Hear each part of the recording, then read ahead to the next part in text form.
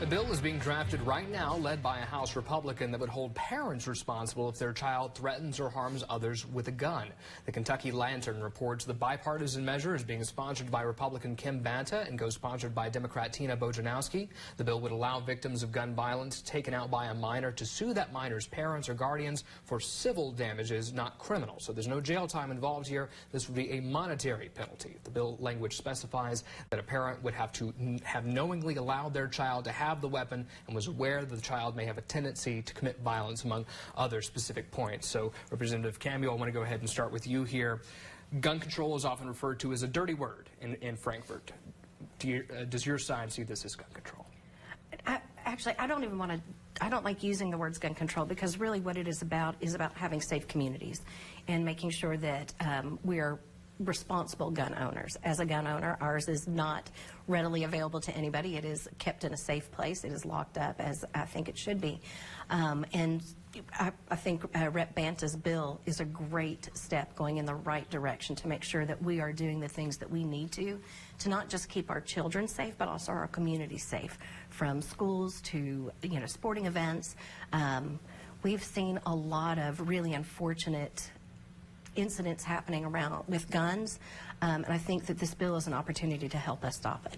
Representative Meade, your thoughts on the bill and likelihood that it gets any traction in the session? Well, this is a process, of course, and by filing this bill, she started the conversation, and I truly appreciate Representative Banta for starting that conversation. But we'll see as we go down the process. You know how it is when you put a bill out there, that changes so many times, so I can't tell you what the outcome would finally be. But I can tell you that Kim and I are close friends, and I know her heart, and what she is trying to do is protect our youth as well as hold people accountable. That's basically what she's trying to start the conversation on. She's not trying to restrict gun access. She's not trying to take firearms from folks. She's simply trying to start this conversation right now, and as I said, that always develops into something else as we go along, and so we'll see where that process goes. You think because it would be monetary damages that may be able to bring some on board that would perhaps not support this if it crossed into criminal?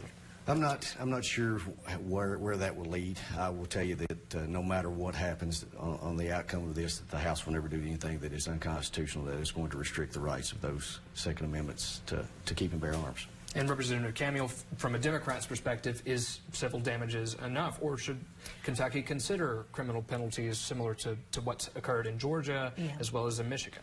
I think we have to start somewhere, and I think Rep. Banta's bill is the right starting place for it. It really does open up the conversation and gets the public used to thinking about perhaps gun safety in a different way. Kentucky has a record high number of youth that, and really we're talking some young kids who have gotten their hands on their parents' guns and unfortunately ended the lives of siblings, cousins, friends, totally accidentally. But I think that this gives us an opportunity to put a stop on that. Right now, the #1 cause of death in kids ages 1 through 17 is gun violence. Like, that is guns. And so, again, I think this bill is the start of the conversation. I'm actually really excited to see what happens when the session gets started in January. I'm anxious to see where it goes. In the Lantern's reporting, it was mentioned the idea here is to incentivize safe storage. I know Democrats have talked a lot about having an actual safe storage law. Why not go that far, or is that too much?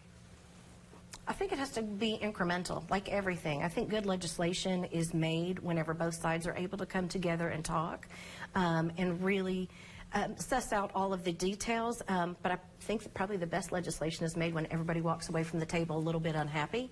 But I think this is a great bill, and I think it's a great opportunity for us to get the conversation started, not just in the House, but outside in our communities. Last word, Representative Meade. Well, again, we're going to continue down the path of having those conversations and see where it goes. I just simply cannot say any more other than whatever the final outcome is, we are going to make sure that it's constitutional and we're not impeding anyone's rights. We'll find out in January 2025, right? That's right. All right.